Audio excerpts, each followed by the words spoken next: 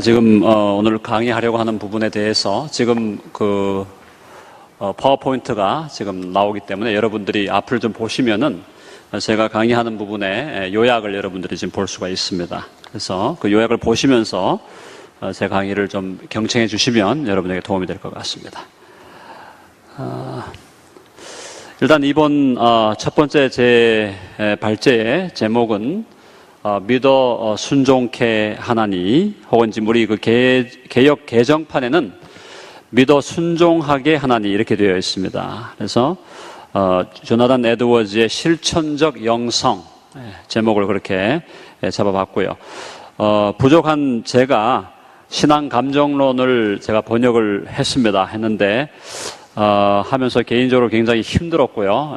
영문이 워낙 우리 에드워즈 목사님의 원문이 장문이고 또 그 시대적인 상황을 배경 삼아 나온 영어였기 때문에 번역하는데 좀 힘들었고, 또 우리 그 서문광 목사님께서 미리 또 번역을 해 놓으셨는데 번역의 그 제목이 조금 다르게 번역이 되어서 하여튼 이것을 신앙 감정으로 번역할 거냐, 아니면 정서로 번역할 거냐, 정의로 번역을 할 거냐, 이 번역에 있어서 사실 여러 가지 논란이 있었고요. 그래서 어려운 중에 그래도 하나님께서 은혜 주셔서 신앙 감정론을 번역을 했는데, 그 책을 중심으로 오늘 여러분들에게 발제를 하도록 그렇게 하겠습니다. 먼저 오늘 여기 모이신 많은 분들이 함께 공감하겠지만, 오늘 우리 한국교회가 위기를 당하고 있다, 우리는 위기의 상황을 지금 한국교회가 경험해 가고 있다는 것에 대해서는 아마 많은 분들이 다 찬성을 하실 겁니다.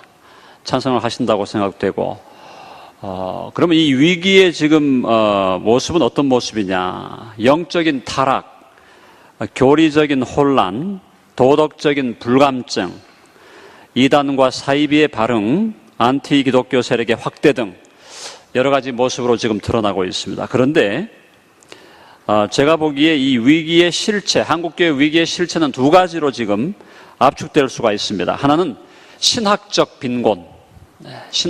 빈곤이고, 다른 하나는 실천적인 영성의 결핍이다.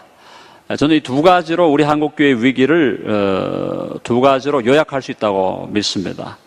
신학적인 빈곤, 그리고 다른 하나는 실천적인 영성의 결핍. 흥미롭게도 최근에 한국 기독교 목회자 협의회에서 나온 한국 기독교 분석 리포트가 있습니다. 리포트에 보면은 목회자들이 당면한 가장 큰 문제가 뭐냐? 목회자들이 지금 가장 당면해 있는 가장 큰 문제, 그것을 바로 신학적 결핍, 신학적 빈곤으로 조사 결과가 나왔고요.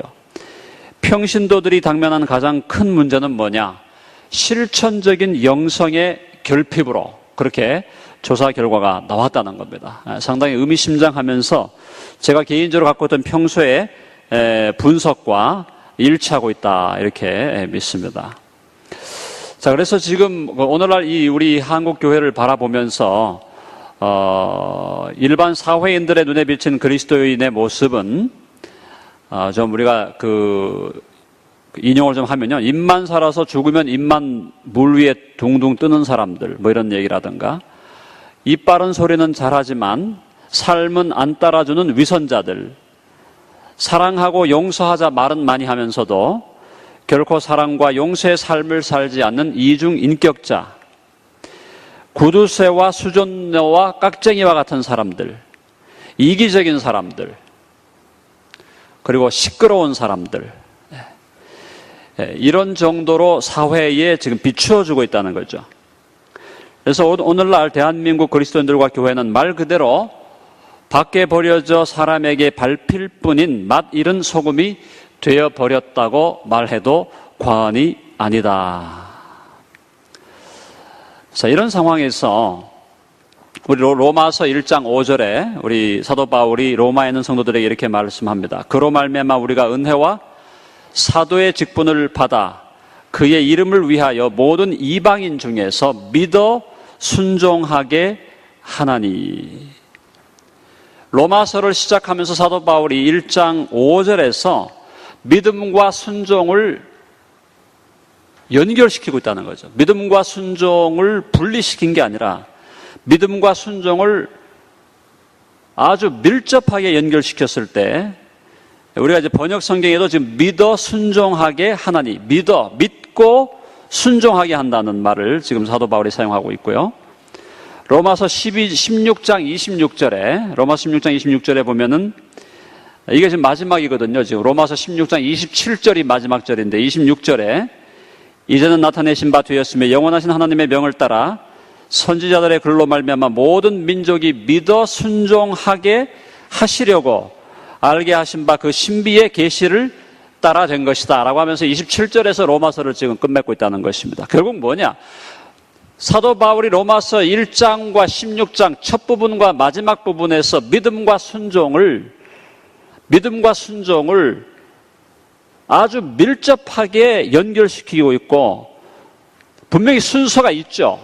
믿음이 먼저 오는 것입니다. 그러나 믿어 순종하게 하신다. 믿음의 결과요, 믿음의 증거요, 믿음의 열매인 순종이 반드시 나와야 된다는 사실에 대해서 사도 바울이 강조해주고 있다는 사실을 우리가 기억해야 된다고 믿습니다. 자, 이런 상황에서 우리가 보통 그 바울과 야고보의 여러 가지 그 논란점이 있지 않습니까? 바울은 오직 믿음만 강조했고 야고보는 행위로 말미암은 구원을 강조했지 않았냐, 이렇게 하면서 바울과 야고보가 서로 모순되는 것처럼 그렇게 주장하고 이해하는 사람들이 있었는데 그렇지 않다는 얘기입니다. 로마서를 자세히 읽어보면 바울 역시 야고보 못지않게 순종과 실천을 강조하고 있음을 쉽게 발견할 수 있고, 그래서 오늘날 한국 교회는 믿음과 실천, 믿음과 순종의 관계에 대해서 바른 이해를 가져야 한다. 그런 의미에서 지금 조나단 에드워즈가 왜 중요한가라고 물었을 때 사도 바울 이후 교회 역사상 실천적 영성을 가장 강력하게 강조할 뿐 아니라 또 그렇게 진지하게 삶 속에서 실천했던 조나단 에드워즈에게서 우리는 배워야 한다는 것입니다. 특별히 에드워즈의 신앙 감정론은 참된 믿음과 실천의 밀접한 관계를 성경적 논리와 복음적인 통찰로 탁월하게 논의한 대표적 주저이다. 그래서 지금 오늘 제가 발표하는 이 글은 신앙 감정론에 나타난 에드워즈의 실천적 영성을 분석해서 현재 한국 교회의 정황에 적용하는 길들을 모색하는 것을 주목적으로 가진다. 이것이 바로 서론이 되겠습니다. 그래서 가장 중요한 것은 우리의 믿음과 순종, 믿음과 실천이 어떤 관계가 있는가. 많은 분들이 이 부분에서 오해를 하고 있고 또 그 바른 이해가 정확하게 지금 정립이 되어 있지 않기 때문에 오는 여러 가지 오해들과 여러 가지 문제들이 있다는 것입니다. 자, 그다음 두 번째로 들어가 신앙 감정론의 구조를 한번 보겠습니다. 신앙 감정론은 크게 세 부분으로 나누어집니다. 세 부분으로 되어 있습니다. 3부작입니다. 첫째 부분은 감정의 본질과 신앙에 있어서의 감정의 중요성을 다루고 있습니다. 감정이 뭐냐? 신앙적 감정. Religious affection이 뭐냐? affection. 그 affection이 뭔지에 대한 정의를 내리고 신앙에 있어서 그 감정의 중요성, affection의 중요성을 다루고 있는 것이 1부입니다. 첫 번째 부분이고, 둘째 부분은 신앙 감정이 진정으로 은혜로운 것인지 아닌지에 대한 판단 근거가 될 수 없는 표지들을 논의합니다. 그러니까 이런 현상, 여기 지금 그 두 번째에 나오는 12가지 그 소극적인 표지가 나오는데요. 이 소극적인 표지를 가지고는 그 표지가 있다고 해서 혹은 없다고 해서 그것이 참으로 그 감정이 참으로 은혜로운, 참으로 성령의 역사로 말미암은 은혜로운 감정인지 아닌지에 대한 판단 근거가 될 수 없는 표지, 그것을 12개로 먼저 나눠주고, 그 다음에 세 번째 부분에서 에드워즈는 진정으로 은혜로운 거룩한 감정을 뚜렷이 구별해주는 표지들을 논하고 있습니다. 그래서 그것을 적극적 표지로, 적극적인 표지로 이렇게 번역을 했죠. 그래서 진정으로 은혜로운 감정, 진정으로 성령의 역사를 통해서 나타나는 신앙의 거룩한 감정을 뚜렷이 구별해주는 표지들 12가지를 에드워즈가 논하고 있습니다. 자, 그래서 이제 그 첫째 부분에서 우리가 에드워즈의 그 첫 부분을 좀 보면은 첫째 부분에서 에드워즈는 참된 신앙은 대체로 거룩한 감정 안에 있다는 명제를 제시하고 이 명제에 대한 해설을 시도하고 있습니다.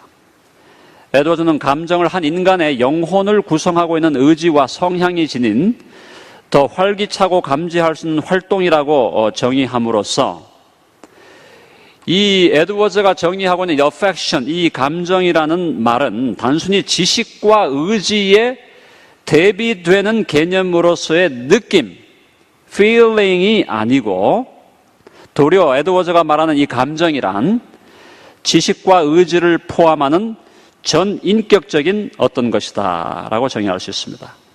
그래서 에드워즈에 따르면 의지와 감정은 두 개로 분리된 기능이 아니고 감정은 본질적으로 의지와 구분할 수 없을 뿐 아니라 의지나 성향의 단순한 활동과도 다르지 않고 단지 얼마나 생기 있게 활동하는지, 얼마나 느낄 수 있는지에 따라서만 차이를 볼 뿐이다.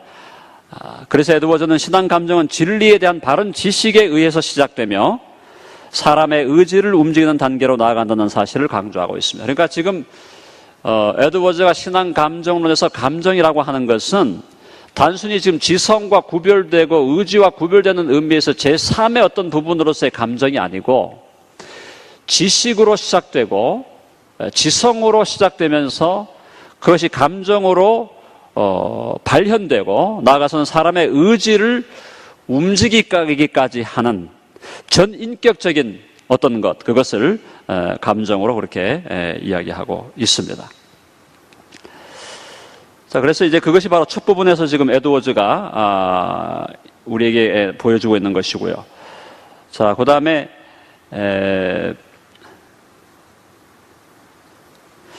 그 감정론에서 지금 신앙 감정에 대한 여러 가지 지금 설명들을 하면서 지금 에드워즈가 세 가지 추론적인 결론을 내리고 있습니다. 그걸 조금 제가 인용을 함으로써 여러분들에게 소개를 하도록 하겠습니다. 첫 번째 결론이 뭐냐? 우리는 모든 신앙 감정을 믿을 수 없거나 실체가 없는 것으로 치부해버리는 사람들의 오류가 얼마나 큰지를 알 수 있다.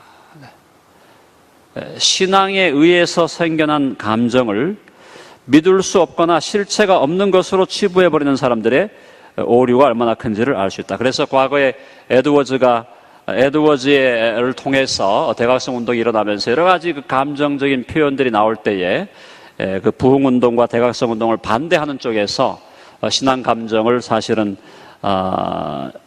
믿을 수 없거나 실체가 없는 것으로 치부해버렸죠. 바로 그런 것에 대해서 지금 에드워즈는 반기를 들고 있는 것입니다. 둘째는 만일 참된 신앙이 대부분 감정에 있다면 감정들을 자극하고 움직이게 하는 경향성을 지닌 수단들을 힘써 구해야 한다는 추론이 가능해진다.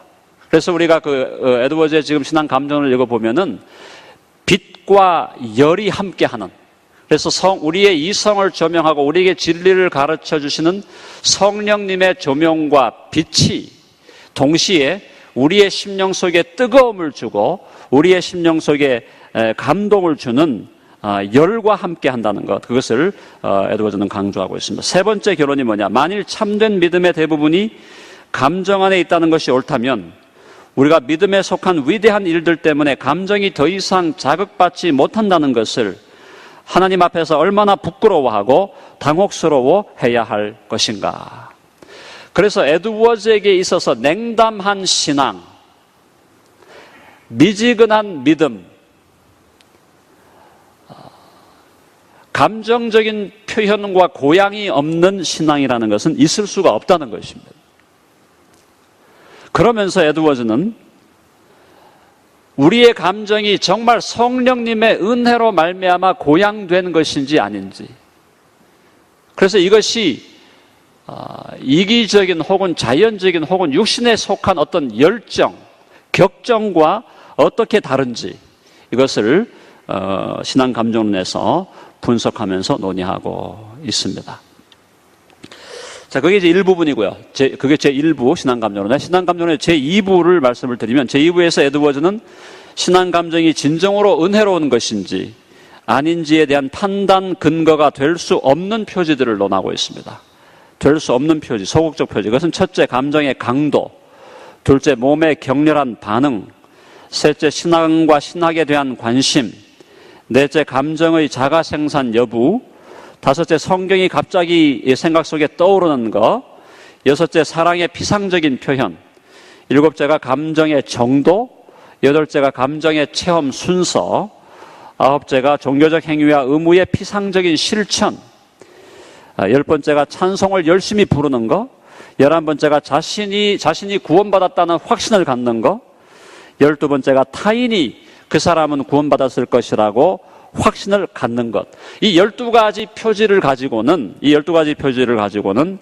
신앙 감정의 본질이 진정으로 은혜로운 것인지 아닌지, 혹은 이 사람이 정말로 믿는 사람인지 아닌지, 정말로 거듭나고 중생해서 참된 믿음의 사람인지 아닌지를 구별할 수 있는 분명하고 확실한 표지가 아니라는 사실을 2부에서 에드워즈가 우리에게 설명해 주고 있습니다.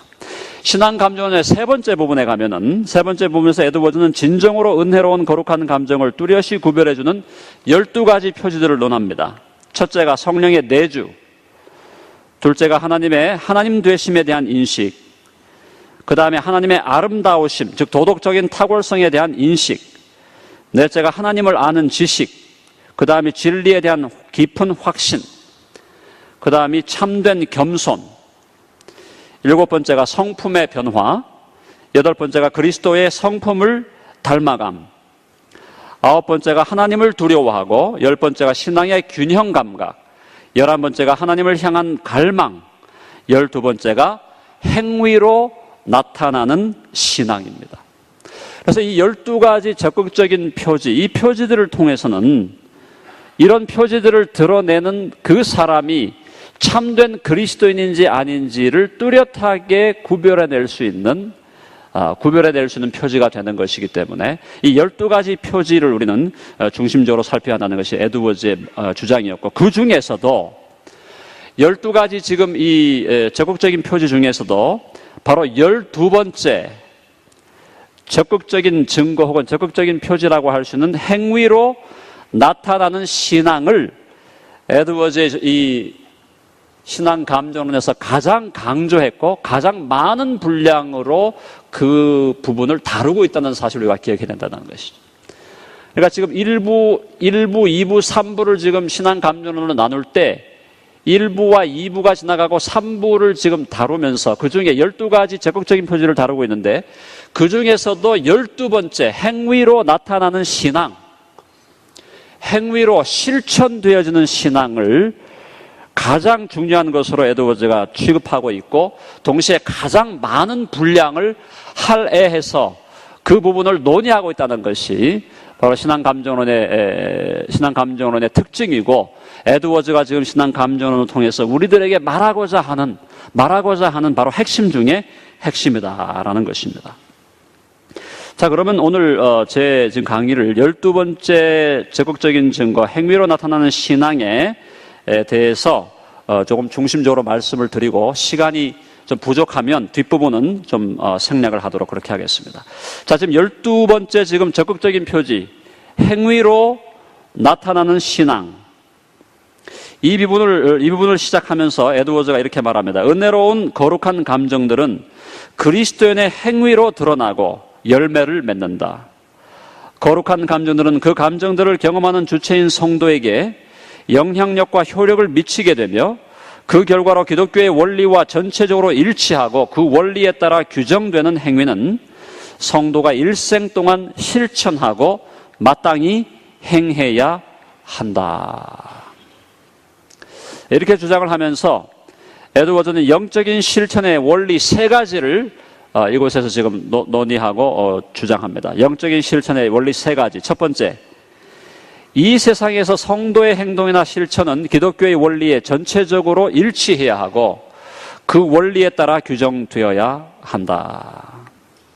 그 말은 뭐냐 하면은, 하나님께서 하지 말라고 한 소극적인 명령뿐 아니라 이것을 행하라고 하신 적극적인 명령에 순종해야 된다는 것입니다. 이것이 첫 번째 원리고, 순종의 원리. 두 번째, 성도는 그런 거룩한 행위를 모든 것들보다 더 중요한 일로 삼아야 한다. 성도는 최고의 진지함과 부지런함으로 거룩한 실천의 과업을 주된 일로 삼고 헌신하고 추구해야 한다. 그래서 성도가 하나님의 말씀과 하나님의 뜻과 예수 그리스도의 뜻에 순종하는 그것을 자신들의 생계를 꾸려가기 위한 사업에 전념하는 것과 같이 우리의 삶의 가장 주된 일로 삼고 헌신하고 추구해야 된다라고 주장하고 있습니다. 그러면서 세 번째 원리가 뭐냐면 이 순종과 실천의 삶을 성도는 이 땅에서 그의 삶이 끝날 때까지 실천의 과업을 지속해야 한다. 지속해야 한다. 그래서 실천의 과업을 순간적으로 일시적으로만 감당하는 것이 아니라 이 실천의 과업을 그의 삶이 끝날 때까지 지속적으로 행해야 된다는 것이 지금 에드워즈의 주장이 되겠습니다.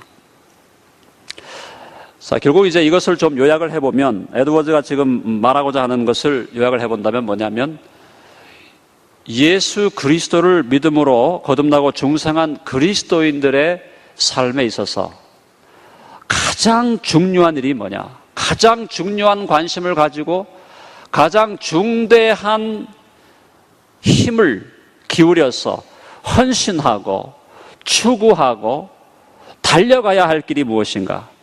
그것이 바로 믿어 순종하게 하나니, 바로 하나님의 말씀과 하나님의 뜻과 그리스도의 뜻에 순종하고 복음의 원리들을 실천해가는 삶이다.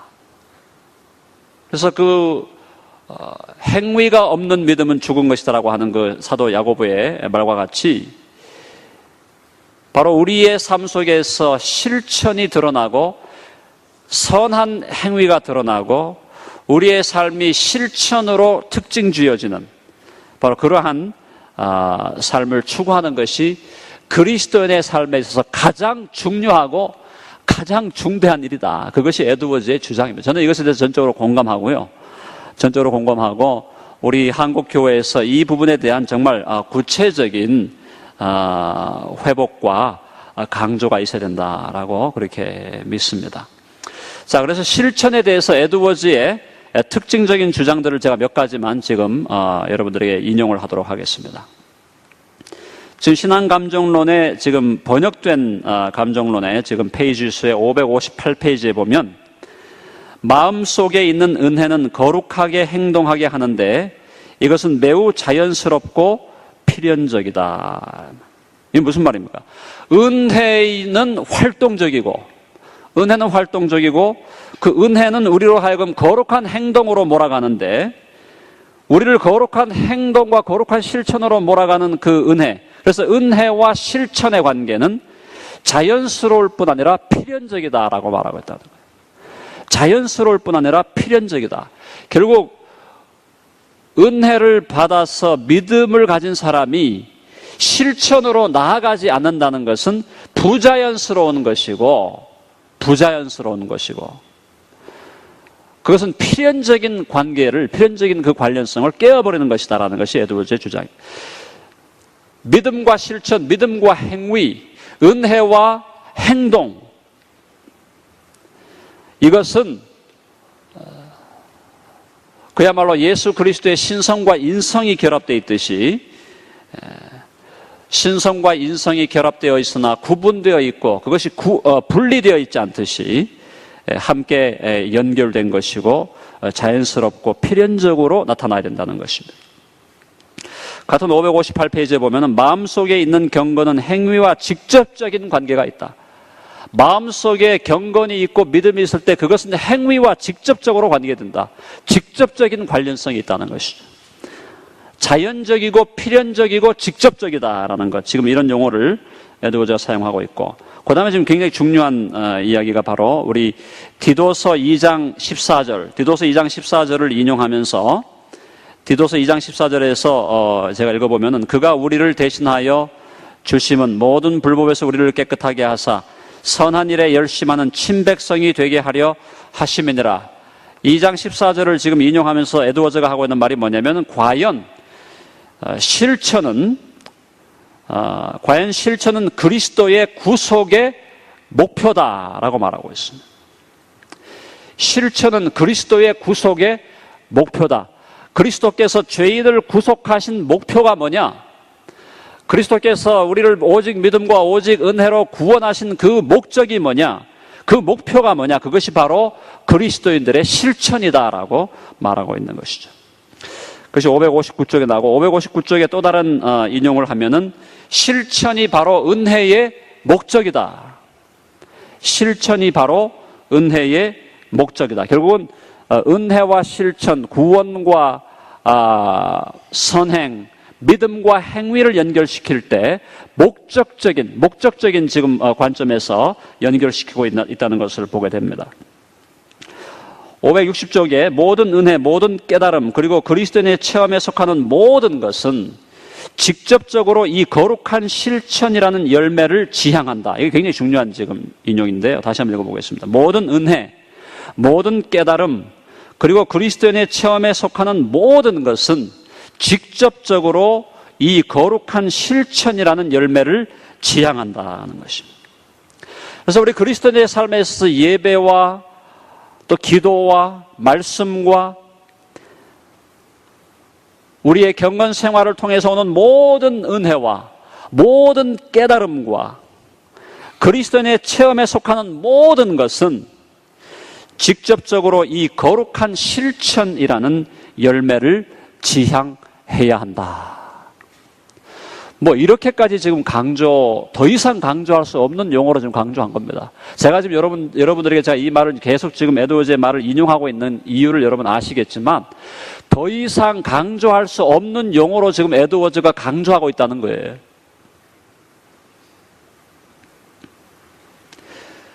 (567쪽과 8쪽에) 보면 그리스도인의 실천 또는 거룩한 삶은 은혜의 모든 표지 가운데 최상의 표지라고 나는 주장하고 싶다. 그게 에드워즈의 주장이었어요. 그리스도인의 실천 또는 거룩한 삶은 은혜의 모든 표지 가운데 최상의 표지라고 나는 주장하고 싶다.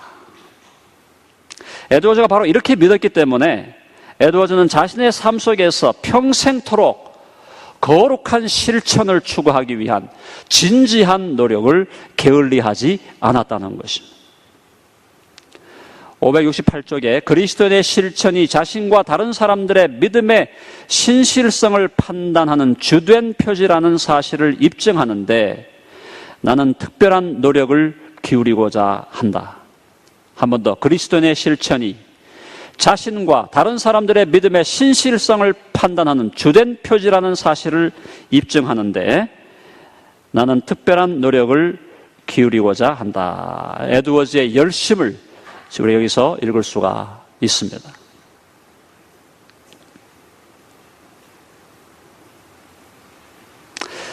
이제 그러면서 이제 아까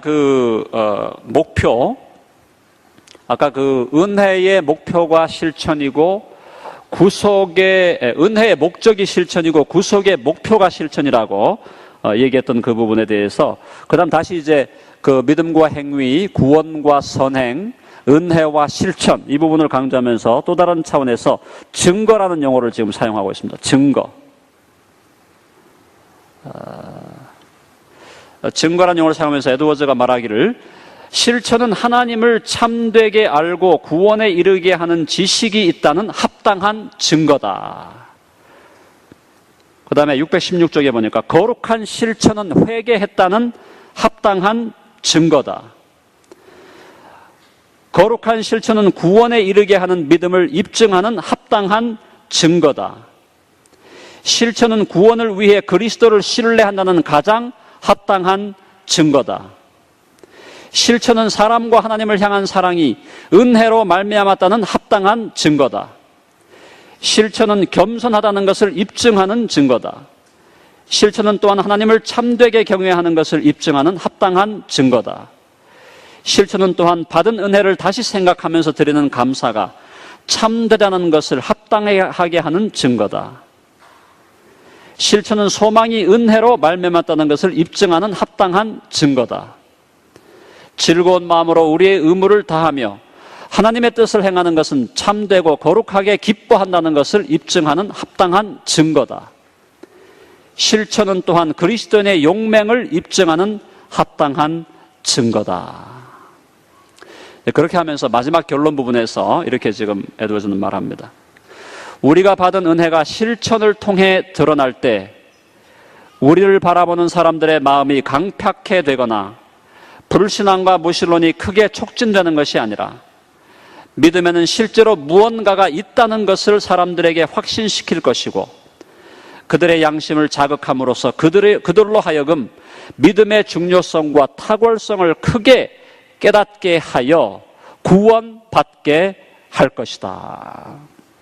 무슨 말입니까? 그것은 오늘날 밖에 버리워져서 밟힐 뿐인 그 위기에 처한 우리 한국교회가 회복해야 할 가장 중요하고 절실한 절대적 과제는 바로 믿음에 근거한 합당하고 거룩한 실천을 회복하는 것이고, 이 실천을 회복할 때 믿지 않는 사람들이 우리들의 믿음에 무언가가 실제로 있다는 것을 확신하게 되고, 그렇게 해서 그들이 믿음의 중요성과 탁월성을 크게 깨닫게 되어 구원을 얻게 되는 역사가 이루어지게 될 것이다. 에드워즈가 18세기라는 그 지금 우리들과 300년 이상의 300년 정도의 지금 그 역사적인 거리를 갖고 있는 그 시점에서 얘기했지만 성경적인 가장 분명한 복음적이고 성경적인 주장을 바르게 했다고 저는 믿고 있습니다.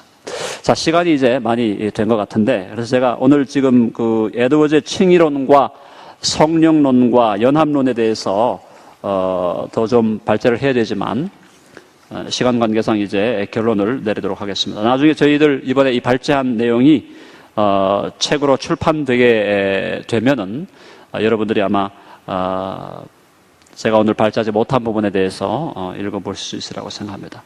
자, 그럼 결론이 뭐냐? 한국교회에 대한 적용을 하겠습니다. 첫 번째로 우리는 믿음과 순종의 관계에 대한 성경적인 재이해를 가져야 한다는 것입니다. 그래서 믿어 순종하게 한다.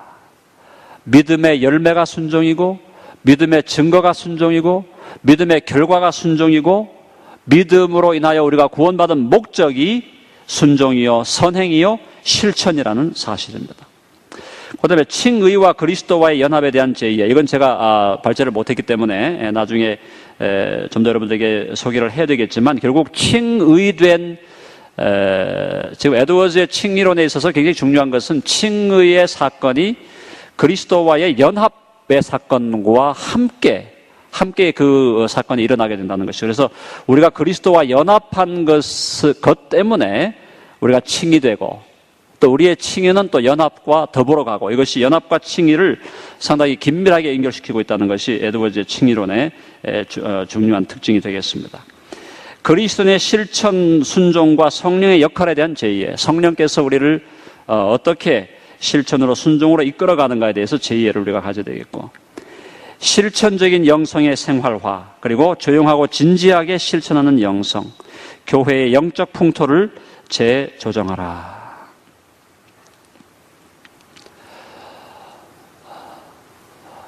저도 오늘 여러분들과 함께 오늘 에드워즈의 그 주장을 좀 나누면서, 사실은 뭐 깊이 있게 나누려면 더 시간이 필요하겠습니다만은, 나누면서 오늘 여러분들에게 한 번 더 강조하고 싶은 것은, 저 자신을 포함해서 여기 보면 모든 그리스도인들, 저와 여러분이 정말 참된 믿음의 사람들이라면, 저와 여러분이 정말 참되게 하나님의 은혜를, 예수 그리스도의 은혜를 받은 사람이라면, 저와 여러분이 평생토록 지속적으로 가장 많은 정력과 에너지를 들이고 가장 큰 관심과 큰 열정을 들여서 추구해야 될 것이 무엇인가?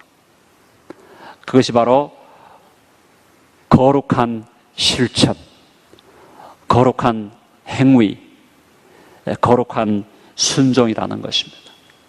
그러면서 앞으로 이제 제 다음에 이제 우리 이상웅 교수님이 발제를 하시겠지만 그 순종의 실천과 그리스도의 거룩한 실천이 있어서 에드워즈가 강조했던 것이 바로 사랑이죠. 사랑의 실천이 거룩한 실천의 가장 중요한 요소라고 얘기했는데 이 부분에 대해서는 우리 이상훈 교수님께서 말씀해 주시라고 생각합니다. 그래서 우리 모두가 이 자리에서 한 가지 결국 건져갈 것이 있다면 오늘 제 발제를 통해서 여러분과 제가 하나 정말 우리가 건질 수 있는 것이 있다면 그것은 우리의 신앙생활 속에서 가장 중대한 관심사가 되어야 될 것이 거룩한 순종과 실천의 삶이다. 그런 삶으로 우리 모두가 진지하게 그런 삶을 추구해가고 그렇게 함께 노력할 수 있기를 바라고 그렇게 함으로 한국교회가 새로워지는 회복의 계기가 마련되기를 간절히 바랍니다. 감사합니다.